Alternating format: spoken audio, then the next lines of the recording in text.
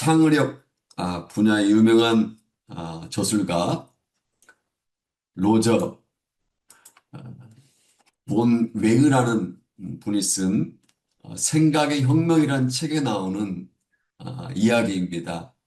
어느 클럽의 피아노 반주자가 사장에게 피아노 소리가 너무 엉망이니까 수리해달라고 하면서 이렇게 말했습니다. 피아노가 수리될 때까지 저는 이 피아노를 치지 않겠습니다. 그리고는 나가버렸습니다. 며칠 후 클럽 사장은 피아노를 다 수리했으니 이제 출근하라고 피아노 반주자에게 전화를 걸었습니다.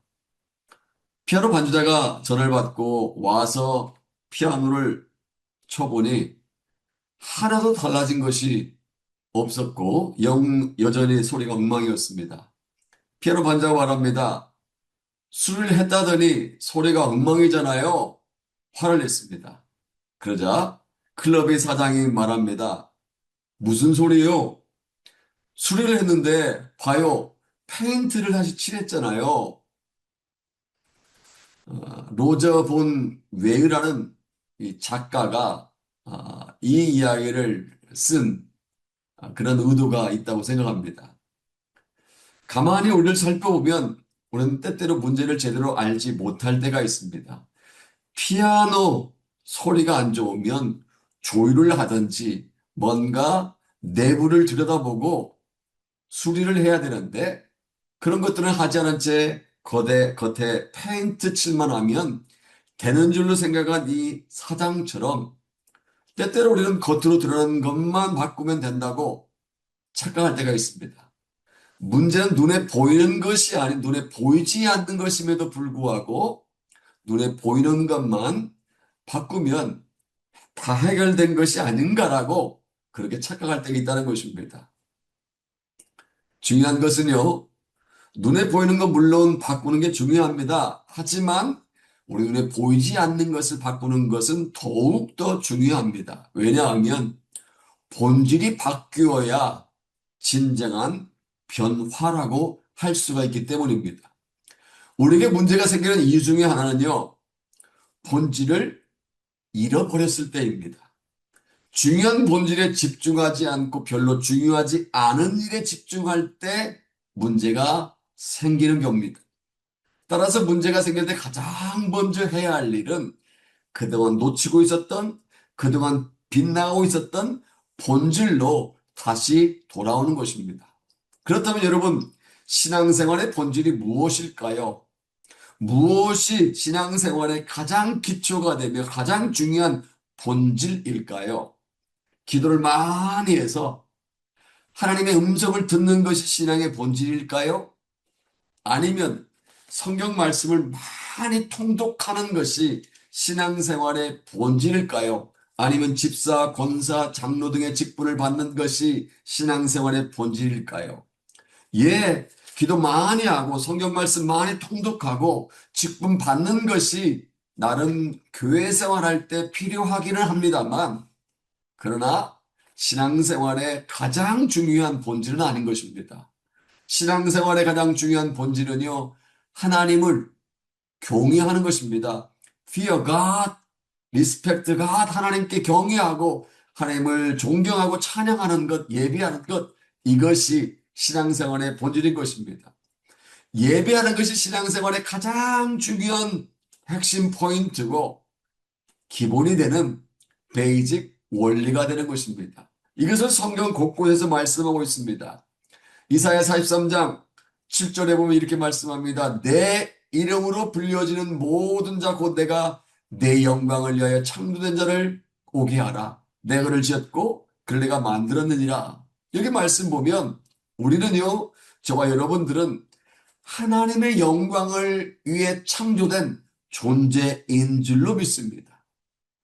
우리가 잘 먹고 잘 사는 것을 위해서 우리가 창조된 것이 아니라 하나님, 창조주신 하나님의 영광을 위해서 창조된 존재라는 것입니다. 또한 같은 장 43장 21절에 보면 이렇게 말씀하고 있습니다.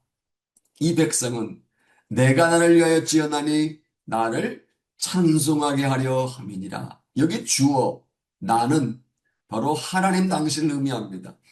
하나님께서 저와 여러분들 지으신 목적은요, 우리로 하여금 찬송하도록 하기 위한, 더 구체적으로 말씀을 드리면, 하나님께서는 당신을 찬송하도록 하기에 우리를 지으신 줄로 믿습니다. 그리고 하나님께서는요, 다른 사람 찾지 않고 무엇보다도 먼저는 예배자를 찾으십니다. 따라서 성도가 예배를 드리는 것을 제외하고 다른 어떤 것들 아무리 열심히 한다 할지라도 하나님을 기쁘시게 될 수 없습니다. 왜냐하면 예배가 신앙생활의 본질이기 때문입니다. 오늘 본문도 사실은 신앙의 본질인 예배에 대한 말씀이라고 할 수 있습니다. 저는 오늘 본문을 가지고 본질이 중요합니다. 본질이 중요합니다라는 제목으로 함께 말씀에 은혜를 나눌까 합니다. 우리가 지난주 주일 예배 때 살펴본 것처럼 느헤미야는 고국을 다녀온 이스라엘 예루살렘을 다녀온 형제 하나니 일행으로부터 비참한 비극적인 소식을 들었습니다. 예루살렘 성은 허물어졌고 성벽은 불에 탔으며 주민들이 다 떠나서 공동화 현상이 나타났다는 이야기를 들었습니다. 느헤미야는 눈물을 흘리며 금식하며 하나님께 기도했습니다. 어떻게 기도했습니까? 세 가지 하나님을 부르며 기도했습니다. 가장 위대하신 하나님, 약속을 기필코 지키시는 하나님, 긍휼을 베푸시는 하나님께 간절히 기도했습니다.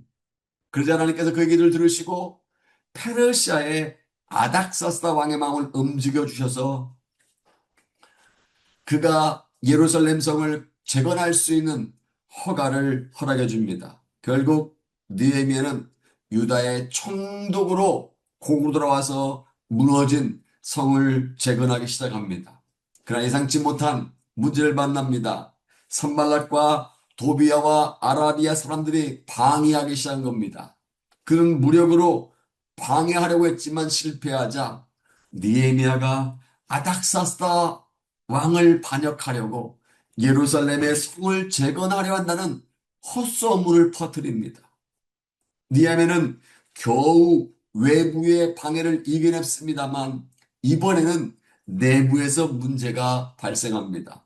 율법으로도 금하고 있는 고리 대금업을 하면서 재산을 축적하는 악질적인 사람들의 행포 때문에 부자와 가난한 사람들 사이에 심각한 갈등 현상이 생깁니다.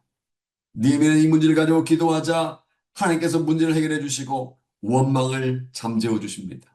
이처럼 수없이 많은 문제를 하나하나 외부적인 문제, 내부적인 문제 하나하나를 해결하면서 해치면서 공사를 시작한 지 52일 만에 드디어 성벽 공사를 마치게 됩니다. 그럼에도 불구하고 예루살렘 성은 아직도 주민들이 돌아오지 못한 상태에 있었습니다. 아직까지 주거 환경도 좋지 못했고요. 도시로서의 기능을 상실한 상태였습니다. 그때 가장 먼저는 지도자들이 앞장서서 예루살렘 성으로 이사를 옵니다.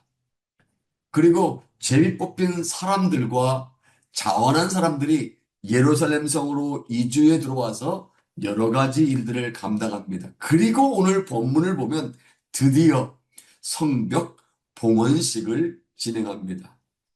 여러분, 이런 과정이 이해가 되십니까? 모든 난관을 뚫고 어려움을 뚫고 드디어 성벽 봉헌식을 하는 내용이 오늘 본문에 기록되어 있습니다. 느헤미야는 어렵고 힘들게 건축한 성벽을 보니 감사하지 않을 수가 없었습니다. 수없는 고비를 넘기고 완공된 성벽을 보고 가만히 있을 수 없었습니다. 그래서 느헤미야는 하나님께서 가장 기뻐하시는 일을 하게 됩니다. 하나님의 사람으로서 해야 할 가장 본질적인 일을 하게 됩니다. 그것이 무엇이라고요? 앞에서 말씀드린 것처럼 예배입니다. 오늘 본문에 보면 예배의 세 가지 원리를 발견할 수 있습니다. 물론 이외에도 더 많은 원리가 있겠지만 느헤미야서 본문을 통해서 발견할 수 있는 세 가지 원리입니다. 첫째로 예배는 미리 준비해야 한다는 것입니다. 하나님을 기쁘시게 해드린 예배는요, 저절로 만들어지지 않습니다. 철저한 준비를 통해서 예배가 드려지게 됩니다.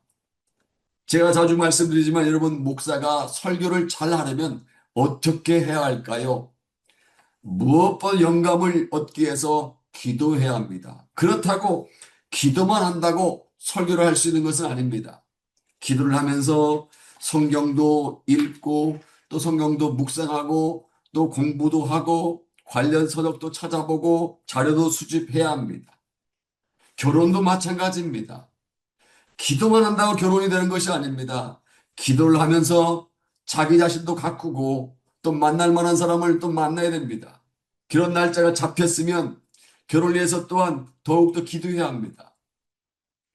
주례를 누구로 할지, 결혼식은 어디에서 진행해야 할지, 결혼 후에 피로회는 어디서 할지를 결정해야 됩니다. 청첩장도 만들어야 되고, 신혼살림도 장만해야 하고, 또한 신혼여행을 가기 위해서 비행기도 예약을 합니다.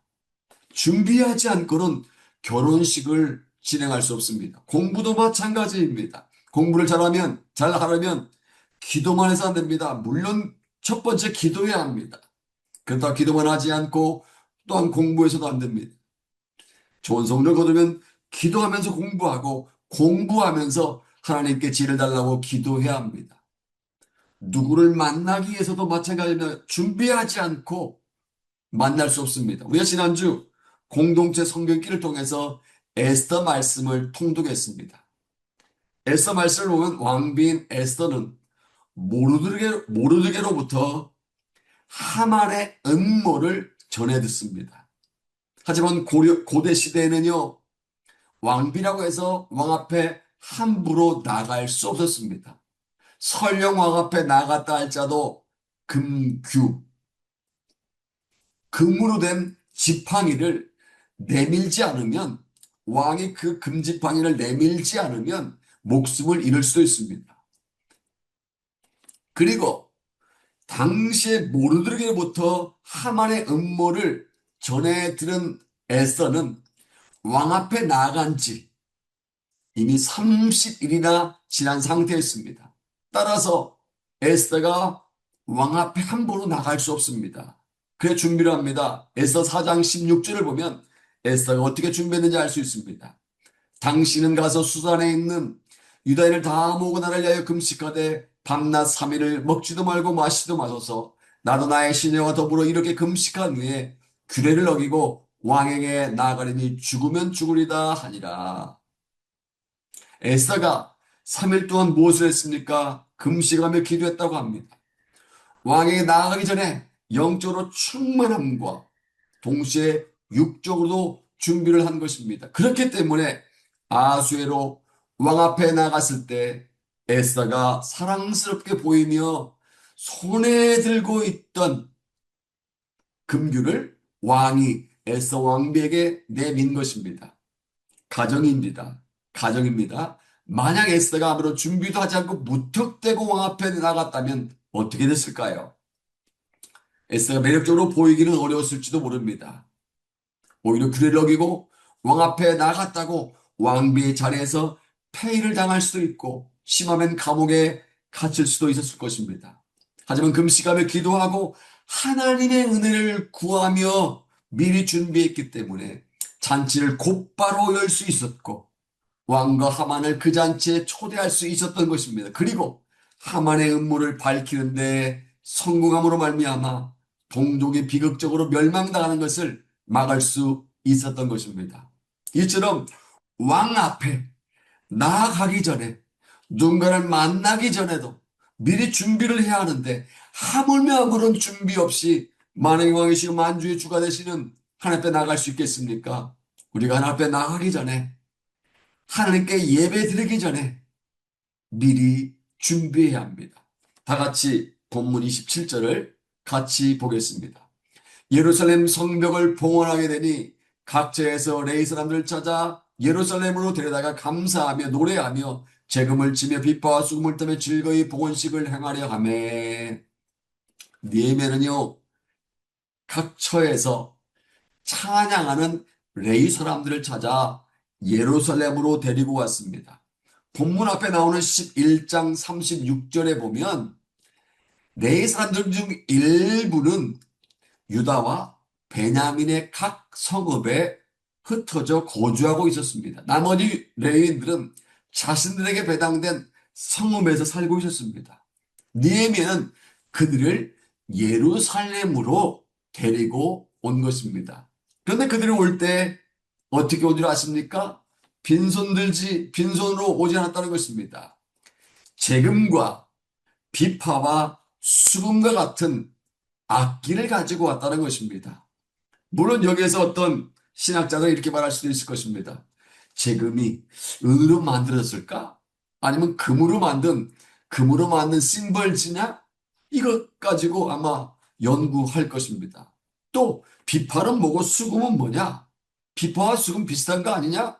어떻게 구분할 수 있지? 라고 말할 수도 있을 것입니다. 그런데요, 재금이 뭘로 만들어졌느니, 비파와 수금을 어떻게 구분하니, 이런 말은 별로 의미가 없습니다. 우리가 눈여겨봐야 할 부분은요, 그들이 어떤 악기를 가지고 왔느냐가 아니라 그는 빈손으로 오지 않고 뭔가를 가지고 예배할 수 있는 것을 가지고 예루살렘으로 왔다는 것입니다. 또 30절에서 말씀한 걸 보면 예배에 참석한 제사장들과 레위 사람들은요, 몸을 정결하게 했습니다. 그저 그냥 노동하다가 노동한 채로 와서 예배드린 것이 아닙니다. 정결하게 함으로 예배를 준비한 것입니다. 봉헌식에 참석한 백성들도 정결의식을 거행하게 하고 52일 만에 완공된 성벽과 성문들까지도 정결하게 함으로 예배를 준비한 것입니다. 이 말씀 무엇을 교훈하고 있을까요? 예배를 드리기에 미리 준비했다는 것입니다. 그냥 아무런 준비 없이 예배를 드리는 것이 아니라 뭔가 미리 준비하고 예배에 참석하고 예배를 드렸다는 것입니다. 여러분 어떻습니까? 미리 준비한 후 예배를 드리고 있습니까? 혹시 아무 준비 없이 예배를 드리고 있지 않습니까? 사실 예배의 성공은요, 준비에 있다고 해도 과언이 아닙니다. 전날 밤새도록 코가 비틀어지게 술 마시고 정신이 몽롱한 상태로 드린 예배를 하나님께서 어떻게 생각하시겠습니까? 새벽까지 뜬 눈으로 드라마를 보다가 졸린 눈으로 예배를 드린다면 예배에 집중할 수 있겠습니까? 꾸물거리다가 예배 시간이 늦어 예배가 시작된 한참 후에 도착한다면 그 예배를 통해 은혜를 경험할 수 있겠습니까? 어떻게 하면요, 예배의 성공은 예배 시작 전에 이미 결정된다고 해도 과언이 아닙니다. 부부싸움을 심하게 한 후에 제대로 된 예배를 드릴 수 없습니다. 아침부터 아이들을 쥐잡듯이 잡고 야단을 치며 집안을 뒤흔들어 놓은 후에 아무리 예배에 집중하려도 집중하기 어렵습니다. 아무리 살았고 운동력이 있어 좌우의 달이 선 것보다 예리하다고 하는 말씀이라 할지라도 미리 예배를 준비하지 않으면요, 말씀의 능력을 경험하기 어렵습니다. 그렇기 때문에 예배는 즉흥적이 아니라 미리 준비되어야 하는 것입니다. 예배를요, 한자로 쓰면 예절예 절배입니다. 예절예 절배. 그러니까 예배란 하나님께 예를 갖추어서 경배를 드린다는 것입니다. 이러한 예배를 하나님이 기뻐하십니다. 믿으십니까? 그리고 우리가 예를 갖추어 경배를 드릴 때 하나님께서는 우리에게 은혜를 베풀어 주십니다. 여러분, 하나님을 기쁘시게 할 예배는 저절로 만들어지지 아니하고 철저한 준비를 통해 만들어진다는 사실을 기억하시길 바랍니다. 미리미리 준비하여 예배에 성공하는 저와 여러분 되기를 소원합니다. 둘째로, 예배의 주체는 내가 아니라 하나님이십니다. 그런데 종종 설교하는 목사가 예배의 주체라고 생각하는 사람들이 있습니다. 설교자 자신이 예배의 주체라고 생각하는 목사가 있습니다. 저 강단에 설교하는 목사가 예배의 주체라고 생각하는 성도님들이 있습니다. 아닙니다. 예배의 주체는요, 설교하는 목사가 아닙니다. 그렇다고 앞에서 찬양하는 찬양 인도자나 찬양팀이나 성가대가 예배 주체가 아닙니다. 안내위원이 예배 주체도 아니고요. 대표기도자, 감사기도자가 예배 주체가 아닙니다. 어떤 동네에 약간 모자란 청년이 있었습니다. 어느 날 그 마을에 장례식이 거행이 되었습니다. 그 청년 장례식 참석하여 눈물을 흘리며 꼭꼭 울면서 구슬프게 울었습니다. 너무나 슬프게 우니까 곁에 있던 유족들이 고인과 무슨 관계가 있는 모양을 생각하고 청년에게 물었습니다. 청년, 고인과 어떤 관계입니까? 그저 어설픈 청년은 두 눈을 동그랗게 뜨고 이렇게 말하더랍니다. 도대체 돌아가신 분이 누구예요? 그 청년은 고인이 누구인도 모르면 다른 사람들이 우니까 그냥 자신 따라서 울었던 것입니다. 우리의 주위에 보면 이 청년 같은 사람들이 많습니다. 다른 사람이 예배하니까 예배의 주체가 누구인지도 모른 채 그냥 따라서 예배 드리는 사람들이 있습니다. 마음이 빠진 예배, 누구에게 드려지는 것도 모른 채 예배 드리는 사람들이 있습니다. 이 말씀을 좀 더 쉽게 이해하기 위해서 한 가지 예를 들어보겠습니다.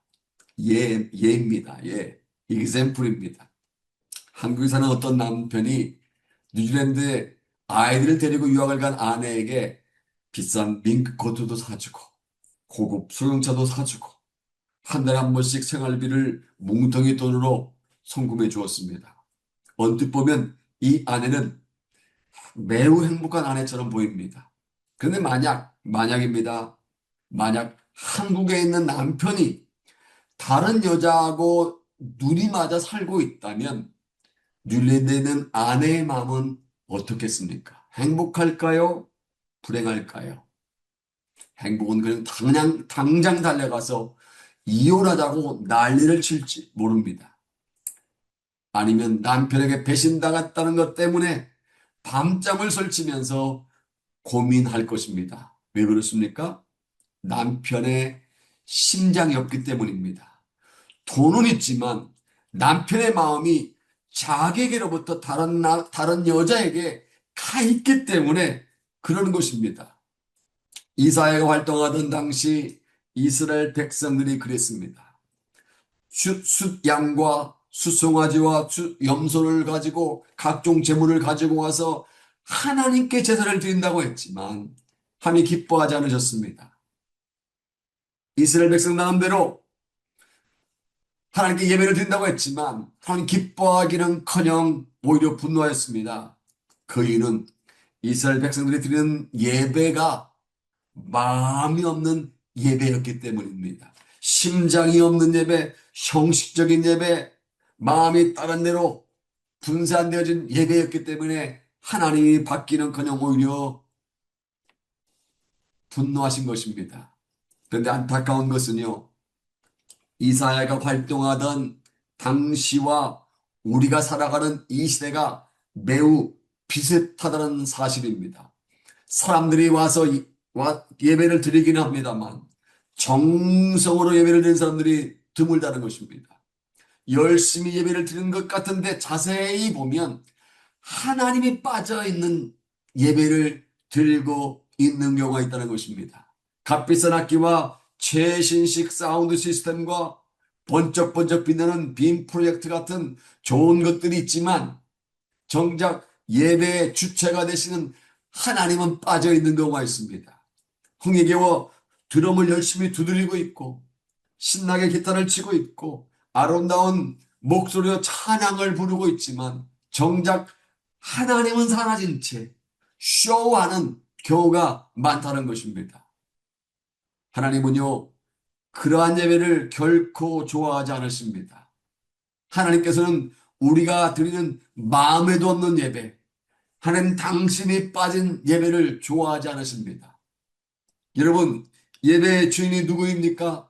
하나님입니다. 예배의 주체는 사람이 아니라, 목사가 아니라, 찬양 인도자가 아니라, 싱어가 아니라, 악기를 연주한 연주자가 아니라 하나님이십니다. 예배의 내용은 한마디로 하나님께 드려지는 감사가 되어야 합니다. 다시 한번 27절을 보겠습니다. 같이 읽겠습니다. 예루살렘 성벽을 봉헌하게 되니 각지에서 레위 사람들을 찾아 예루살렘을 데려다가 감사하며 노래하며 재금을 치며 비파와 수금을 타며 즐거이 봉헌식을 행하려 하매. 여기 보면 감사하며 노래했다고 합니다. 감사하며 노래했다고 합니다. 여러분, 감사를 상대가 있어야 한다는 사실 아십니까? 상대가 없는 감사는요, 있을 수가 없습니다. 상대가 있어야 감사가 되는 것입니다. 낳아주시고 길러주신 부모님이 계시다면 부모님께 감사하면 이게 감사합니다. 열심히 가르쳐주시는 선생님에게 감사할 수 있습니다. 기분 좋게 식사할 수 있도록 서빙해준 식당의 종업원에게 감사하든지 무거운 짐을 옮기는데 도움을 주신 분에게 감사하든지 대상이 있어야 감사할 수 있습니다. 느헤미야가 각처에 흩어져 살고 있는 네 사람들을 예루살렘으로 데려와서 모은 후에 감사하며 노래했다고 하는데 누구에게 감사하며 누구에게 노래했을까요? 느헤미야 자신에게 감사하며 노래하게 했을까요? 아닙니다. 무너진 성벽을 재건하도록 도와주신 하나님께 감사하며 그 하나님께 노래한 것입니다. 재금과 비파와 수금을 타며 하나님께 예배를 드린 것입니다. 이처럼 예배는요, 인간들끼리 즐기는 시간이 아니라 살아계신 하나님께 감사하는 시간이 되어야 될 줄로 믿습니다. 하나님에 빠진 예배는 예배가 아닌 줄로 믿습니다. 그러므로 예배의 주체는 사람이 아니라 하나님이심을 기억하시기를 바랍니다. 그리고 하나님이 빠져버린 예배가 아니라 예배의 주체가 되시는 하나님께 진정으로 예배하는 저와 여러분 되시기를 주님의 이름으로 축복합니다. 마지막 세 번째, 예배는요, 기쁘고 즐겁게 드려야 합니다. 예배는 기쁘고 즐겁게 드려야 합니다. 전에 제가 누차 소개한 적이 있는데 지구촌 교회 원로 목사님이신 이동환 목사님이 오래전에 외국에서 오신 선교사님과 대화를 하게 되었다고 합니다. 선교사님이 대화 중에 이렇게 말하더랍니다. 목사님, 한국교회 성도들은 예배당 밖에서는 기뻐하며 즐거워하다가도 예배당 안에만 들어오면 슬픈 표정을 짓는데 그 이유가 무엇입니까? 이 목사님은 언뜻 대답할 말이 생각이 나잖아 고민하다가 얼떨결에 이렇게 말했다고 합니다. 그건 한국교회 성도들이 예수님의 십자가의 고난을 깊이 묵상하기 때문입니다. 그자 그 선교사님, 서양 선교사님이 이렇게 말하더랍니다. 목사님, 그러면 한국교회 성도들은 십자가의 고난을 알면서도 십자가에 못 박히신 후에 사흘 만에 다시 부활하신 주님은 알지 못한 겁니까? 우리 기독교는요, 부활의 종교입니다. 타 종교와 우리 기독교의 가장 중요한 차이는 바로 이 부활에 있습니다. 타 종교가 기독교를 참 많이 모방합니다. 가령 예를 들어서 우리 기독교가 찬송가를 부르니까 불교에서는요, 찬불가를 만들어서 부릅니다. 원래 찬불가란 것이 불교에 있을 수가 없습니다. 기독교에서 기독교 교회 부설 유치원을 만드니까 불교에서도 부설 유치원을 만듭니다. 기독교에서 전도를 하니까 불교에서 포교 활동을 합니다. 불교는요, 원래 전도 활동을 하지 않습니다. 스스로 해탈을 해서 부처가 되는 것이 불교의 원리입니다. 그런데 불교가 기독교를 따라서 많이 합니다. 모방을 많이 합니다. 많은 사역, 많은 것들을 따라합니다. 그런데 따라서 하지 못하는 게 있습니다. 부활입니다. 부활절만큼은 불교나 다른 어떠한 종교도 모방할 수 없습니다. 부활은 세상의 어떤 종교에도 찾을 수 없는 기독교만의 유일한 전유물입니다. 아신 분이 계시지만 우리 개신교에서는 주일 썬데이를 주일이라고 부릅니다. The Lord's Day. 주님의 날.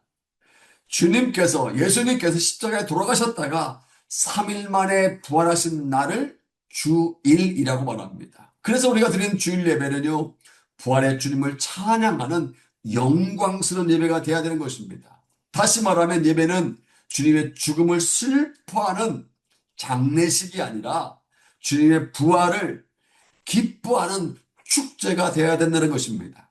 실제로 사도행전 2장 46절에 보면 초대교회 성도들이 어떻게 신앙생활했는지 알 수 있습니다. 날마다 마음을 같이하여 성전에 모이는 힘쓰고 집에서 떡을 떼며 기쁨과 순전한 마음으로 음식을 먹고 교회 성도들에게는요 기쁨이 있었습니다. 그래서 성전에 모이기를 힘썼고 함께 성찬을 떼고 기쁨과 순전한 마음으로 애찬을 나누었습니다. 초대교회 성도들과 예배 모습은요 장례식장의 모습이 아니라 기쁨과 감격이 넘치는 생동감이 넘치는 축제 그 자체였습니다. 성벽 재건 공사를 마친 후 봉헌 예배를 드리는 오늘 본문에서도 그 사실을 발견할 수 있습니다. 다시 한번 27절 같이 읽도록 하겠습니다. 예루살렘 성벽을 봉헌하게 되니 각처에서 레이삼을 찾아 예루살렘으로 들여다가 감사하며 노래하며 재금을 치며 비파와 수금을 타며 즐거이 봉헌식을 행하려 하매. 어떻게 성벽 봉헌식을 행했습니까? 울면서 슬프게 했습니까? 아닙니다. 즐거이 봉헌식을 했다고 합니다. 본문 다음에 이어지는 43절에도 보면 그때 분위기를 잘 알 수 있습니다. 이날에 무리가 큰 제사를 드리고 심히 즐거워했으니 이는 하나님이 크게 즐거워하게 하셨습니다. 부녀와 어린아이도 즐거워했으므로 예루살렘의 즐거운 소리가 멀리 들렸는지. 한 절 말씀인데 즐거웠다는 말씀이 몇 번이 반복되어 있습니까? 심히 즐거워했다. 크게 즐거워하셨습니다. 부녀와 어린아이도 즐거워했다. 예루살렘이 즐거운 소리로 멀리 들렸다. 네 번이나 즐겁다는 말씀이 반복되어 있습니다. 봉헌 예배 참석한 사람들이 어떻게 했습니까? 슬퍼했습니까? 아닙니다. 즐거웠는데 어떻게 즐거웠냐면 어린아이들까지 여자와 어린아이까지 즐거웠습니다. 얼마나 즐거웠는지 그 소리가 멀리까지 들렸다고 합니다. 그들은 하나님 앞에서 즐거운 것입니다. 이것이 중요합니다. 우리가 문제를 만나면 고민을 하게 되지만 하나님 앞에서는 기뻐할 수 있는 줄로 믿습니다. 우리가 인생의 장애물을 만나면 걱정이 되긴 하지만 하나님 앞에서는 즐거워할 수 있는 줄로 믿습니다. 혹시 이 자리에 속이 상해 있는 분 계시지 않습니까? 걱정과 염려와 근심 가운데 빠져 있는 분 계시지 않습니까? 여러분 기억하십시오. 우리는 상황 때문에 즐거운 것이 아니라 나를 사랑하시고 나를 향해 놀라운 계획을 가지고 계시는 하나님 때문에 즐거워하는 것입니다. 전혀 문제가 없기 때문에 기뻐하는 것이 아닙니다. 문제가 있음에도 불구하고 기뻐할 수 있는 것은 모든 것을 합력해서 선을 이루어주신 하나님이 계시기 때문입니다. 그러므로 문제 앞에 서지 말고 문제의 열쇠를 가지고 계시는 하나님 앞에 서시기 바랍니다. 문제 때문에 고민하지 말고 우리의 작은 신음에도 응답해 주시는 하나님으로 인하여 기뻐하시기 바랍니다. 눈앞에 보이는 문제 때문에 걱정하지 말고 기쁨과 감격이 살아있는 생동감이 넘치는 예배를 드리는 저와 여러분 되기를 주님의 이름으로 축복합니다. 사랑하는 하모니가 여러분, 이제 어느 부부 이야기를 소개하고 말씀을 맺겠습니다. 미국 동부 보스턴 근교의 한 부잣집에서 유아 세례를 거행하게 되었습니다. 장로교라든지 보수적인 색채가 있는 교회에서는 어린아이가 저 때쯤 나이가 된다든지 그쯤 되면 유아 세례를 거행하는데 아마 그랬던 것 같습니다. 이 마을에서 유아 세례를 거행하게 되면 전체 마을 사람들이 그 집에 모여 파티를 벌이는 풍습이 있었다고 합니다. 파티의 분위기가 절정에 다다랐을 때 세례를 집례하는 목사님이 말했습니다. 이제 아이를 데리고 오십시오. 지금부터 유아 세례를 베풀겠습니다. 그런데 잠시 후 아이 방으로 올라갔던 어머니의 비명소리가 들렸습니다. 놀란 가족들이 달려가서 보니 아이가 이미 숨을 거둔 상태였습니다. 나중에 그 이유를 알아보니 파티에 참석한 어떤 사람이 코트를 어디에다 벗어둘까 이것저것 찾다가 조그만 한 침대가 눈에 띄자 무심코 코트 하나를 그 침대에다가 벗어 두고 그리고 거실로 간 것입니다. 그러자 두 번째, 세 번째 모든 손님들이 자신의 코트를 그곳에 놓는 줄 알고 하나씩 하나씩 그곳에 벗어던져 산더미처럼 쌓이게 되었고 결국에 그 코트 더미의 무거움 때문에 그 안에 있던 아이는 숨이 막혀 죽고 말았던 것입니다. 그날의 주인공인 아이는 숨이 막혀 죽었는데도 사람들은 저마다 먹고 즐기는 파티에 정신없이 분주했던 것입니다. 오늘날 우리 주위에 보면 이야기 나오는 사람들처럼 본질이 아닌 것에 집중하는 사람들 많이 있습니다. 유아 세례 파티면 세례를 받게 되는 아이에게 먼저 집중을 해야 되는데 그것이 아니라 먹고 마시고 즐기는 것에 집중했기 때문입니다. 중요한 본질에 집중하기보다 덜 중요한 것에 집중하는 사람들이 많이 있습니다. 한때 주님의 제자들이 그랬습니다. 누가복음 10장 17절에 보면 70명의 제자들이 전도하고 돌아와서 이렇게 주님께 말합니다. 주여, 주의 이름이면 귀신들도 우리에게 항복하더이다. 그러면 주님께 칭찬하실 줄 알았습니다. 그런데 제자들의 예상과 달리 주님은 이렇게 말씀하십니다. 그러나 귀신들이 너희에게 항복하는 것으로 기뻐하지 말고 너 이름이 하늘에 기록된 것으로 기뻐하라. 무슨 말입니까? 귀신이 항복하는 것보다 너의 이름이 하늘의 생명체에 기록된 것이 더 중요하다. 그것이 본질이다. 라는 말입니다. 비본질적인 것으로 기뻐하기보다 가장 중요한 본질적인 것으로 인해 기뻐하는 것입니다. 비본질적인 것에 신경 쓰기보다 본질적인 것에 신경을 쓰라는 것입니다. 주위에 보면 신앙생활의 본질은 신경을 쓰지 않고 비본질적인 것에 신경을 쓰는 사람들이 많습니다. 어느 미국에 있는 교민 교회에서는 교회 바닥 카페트를 빨간색으로 하느냐 아니면 밝은 다른 색으로 하냐에 서로 싸우다가 교회가 두 동강으로 갈라섰다고 합니다. 카페트를 빨간색으로 하든지 하얀색으로 하든지 검정색으로 하든지 이것은 비본질적인 겁니다. 그런데 비본질적인 것에 신경을 쓰다가 교회가 분열된 겁니다.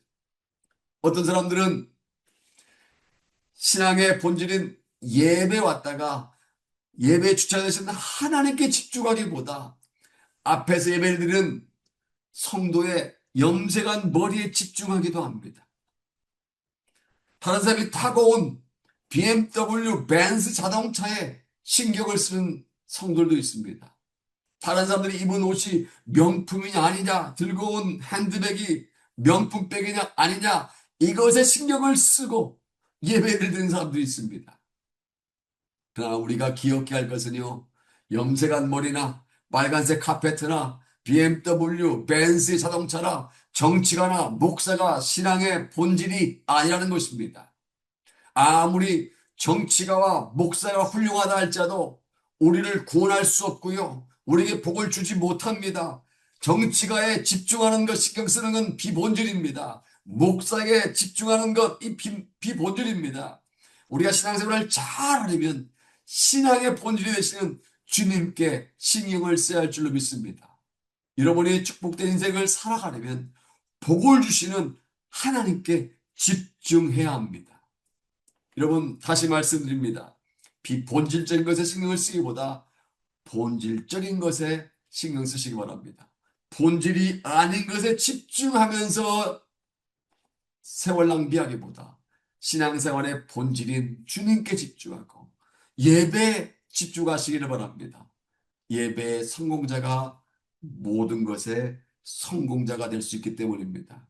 우리의 모든 희망은 예배에 달려고 있다고 해도 과언이 아닙니다. 개인의 신앙도 가정도 교회도 예배에 달려 있습니다. 예배에 성공하면 하나님께서 기뻐하시기 때문입니다. 그러므로 신앙생활의 곁가지에 신경 쓰기보다는 신앙생활의 본질인 하나님께 예배에 집중하고 예배에 성공함으로 말미암아 하나님께 영광을 돌리는 저와 여러분 되시기를 주님의 이름으로 축복합니다.